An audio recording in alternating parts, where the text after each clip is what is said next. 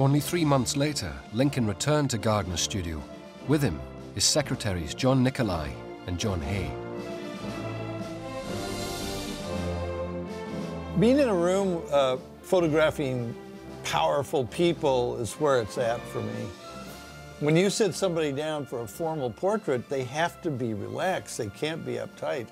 And it really goes to your personality and your relationship with the subject. Alexander Gardner apparently just had a good way about him. We don't know that for a fact, but you can see it in the pictures.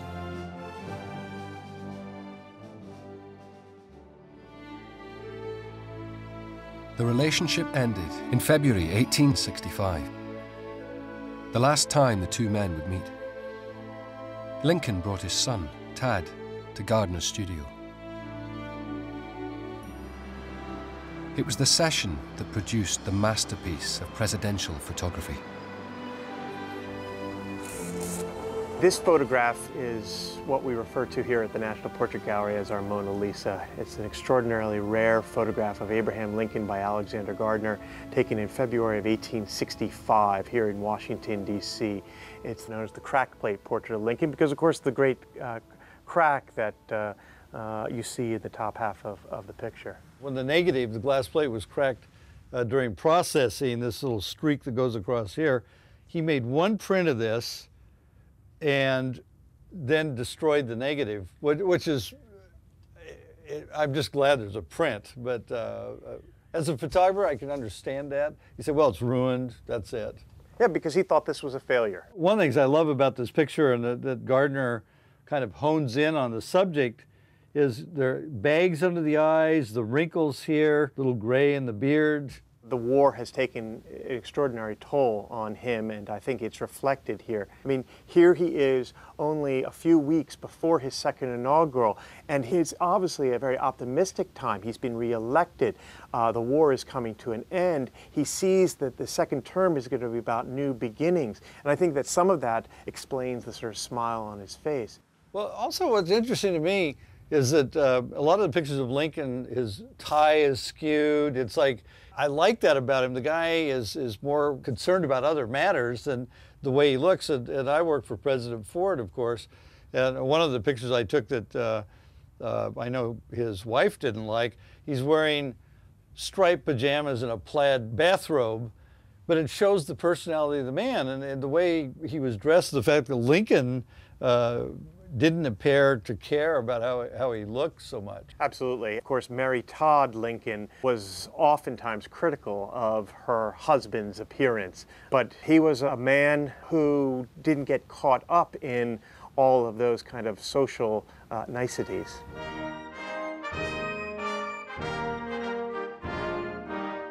A month after the cracked plate portrait, Gardner photographed Lincoln's second inauguration.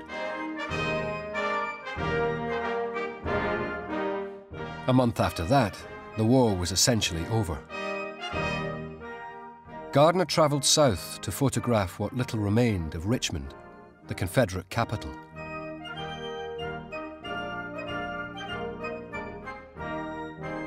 Back in Washington, he was woken up with the news that Lincoln was dead.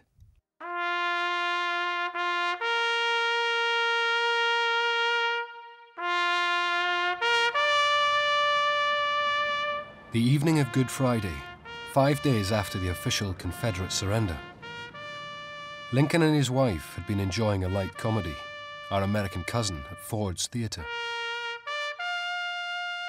The celebrated actor and Confederate sympathizer, John Wilkes Booth, made his way into Lincoln's box.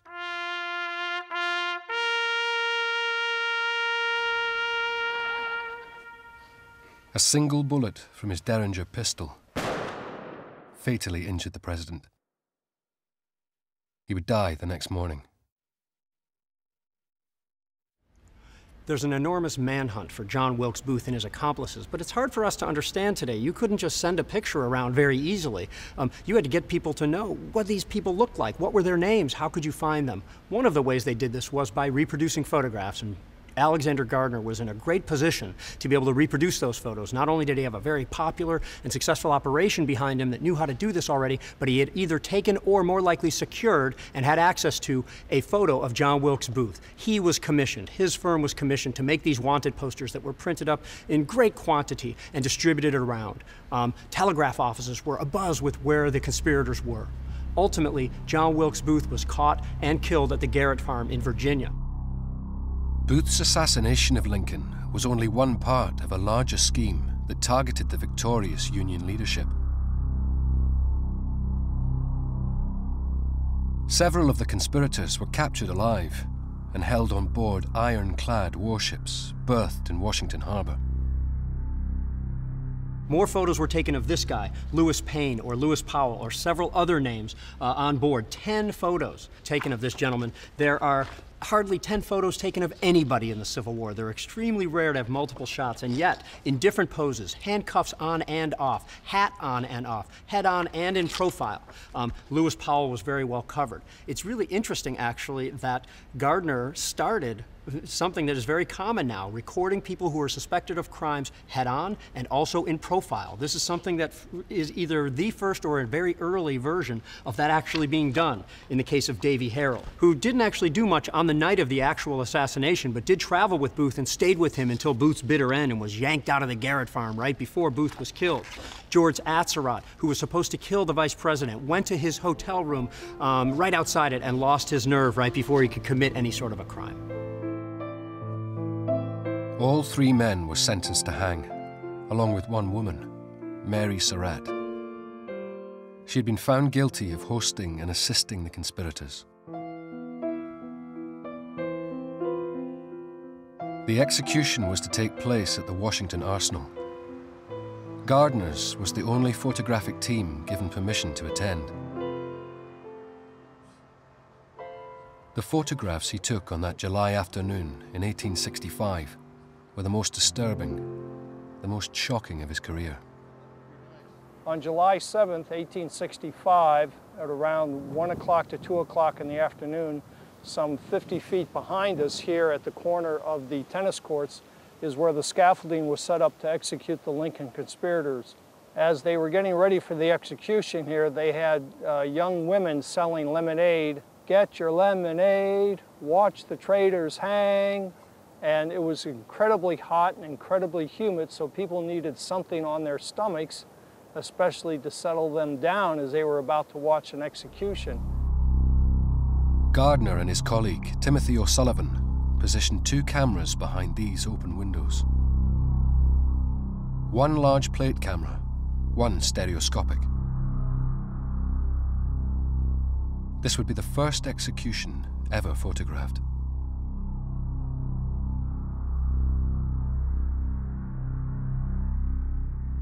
The 4 condemned prisoners walked out from the penitentiary building under guard, walked up the 13 stairs to the top of the scaffolding.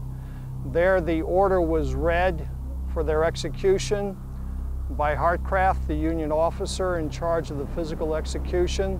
The nooses were placed around their necks.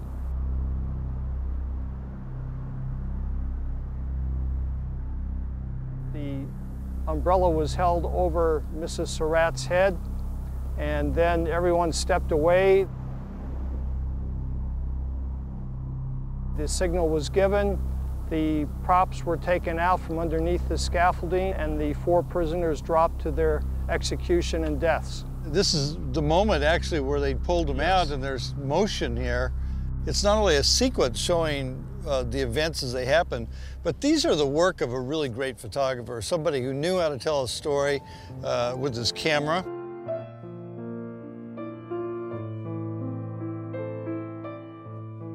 Even though Gardner was out on the battlefields, I mean, everybody was already dead.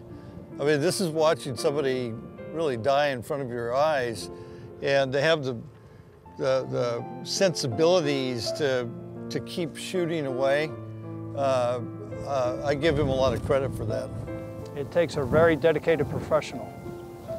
He's capturing a moment in history that no one else could have captured, and he knew that, and he had to make the gut decision of just keeping the camera going and going and going, no matter how he felt or how his stomach felt.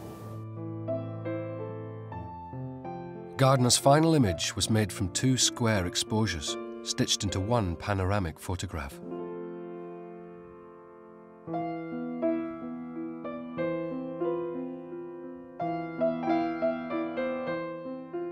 Yeah, this is the one that just I find to be exceptional, where you have the bodies, and over here are the caskets, and the graves are dug, ready to put them down there. And they saw those graves already dug when they walked out from the penitentiary building to the scaffolding.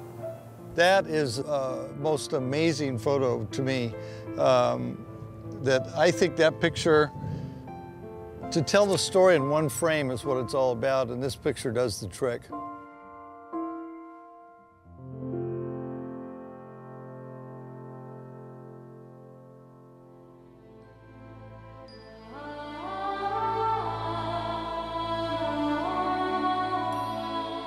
Gardner's image of the 4 dead conspirators symbolized an end to the ravages of the Civil War.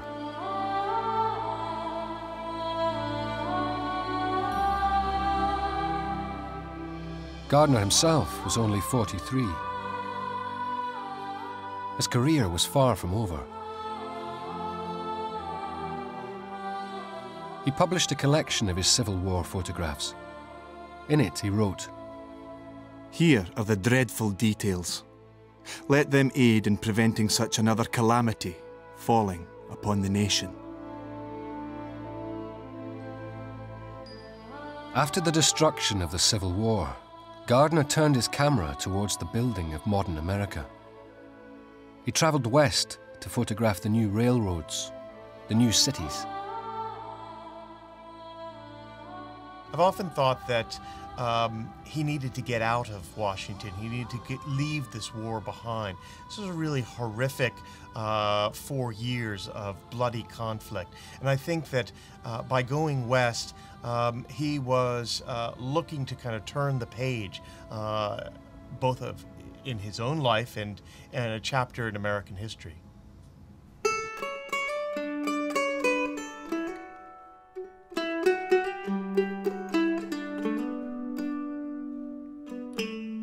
At the age of 58, Gardner gave up photography. He devoted his time to charitable causes. He died 3 years later in Washington in 1882. He's buried north of the city in Glenwood Cemetery on Lincoln Road. His unremarkable grave gives no clue to his remarkable life. The great American poet, Walt Whitman, remembered him fondly. Gardner was a mighty good fellow. Also mightily my friend. Gardner was a real artist. He saw farther than his camera.